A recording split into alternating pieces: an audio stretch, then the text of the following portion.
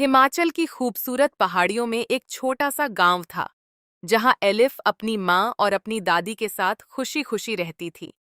उनकी जिंदगी भले ही साधारण थी, लेकिन प्यार, अपनापन और सुकून से भरी हुई थी।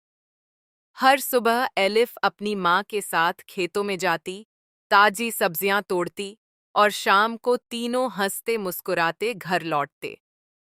लेकिन एक दिन सब कुछ बदल गया। उस दिन बारिश सामान्य से कहीं ज्यादा हो रही थी। आसमान पर काले बादल छाए हुए थे, लेकिन किसी ने भी आने वाले खतरे का अंदाजा नहीं लगाया। रात को तीनों ने मिलकर खाना बनाया, साथ बैठकर खाया और खुशियों के कुछ खूबसूरत पल बिताए। तभी अचानक एक जोरदार धमाके जैसी आवाज आई और पहाड़ों से आया भयंकर सैलाब पूरे गांव को अपनी चपेट में ले गया।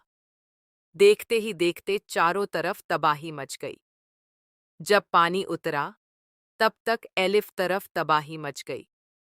जब पानी उतरा, तब तक एलिफ की दुनिया हमेशा के लिए बदल चुकी थी। उसकी प्यारी माँ उस सैलाब में अपनी जान गंवा चुकी थी। उस हादसे के बाद एलिफ सिर्फ अपनी दादी के साथ रह गई। दोनों ने एक दूसरे का सहारा बनकर अपनी जिंदगी को फिर से संभालने की कोशिश की। अब एलिफ एक छोटे से स्टोर में नौकरी करती थी। वह हर सुबह जल्दी उठकर अपनी दादी के लिए नाश्ता बनाती, घर के काम निपटाती और फिर काम पर चली जाती। शाम को लौटते समय वह अपनी दादी और अपने लिए ज़रूरत का सामान, कभी ताजी सब्जियां, कभी फल और कभी उनकी पसंद की छोटी-छोटी चीज़ें लेकर आती, ताकि दादी के चेहरे पर मुस्कान बनी रहे। बचपन से ही एलिफ को खाना बनाना और अपने हाथों से सब्जियां उगाना बहुत पसंद था। इसलिए वह अपने छोटे से बगीचे की भी बड़े प्यार से देखभाल करती थी। एक दिन काम से लौटते हुए उसे अपनी माँ की बहुत याद आई।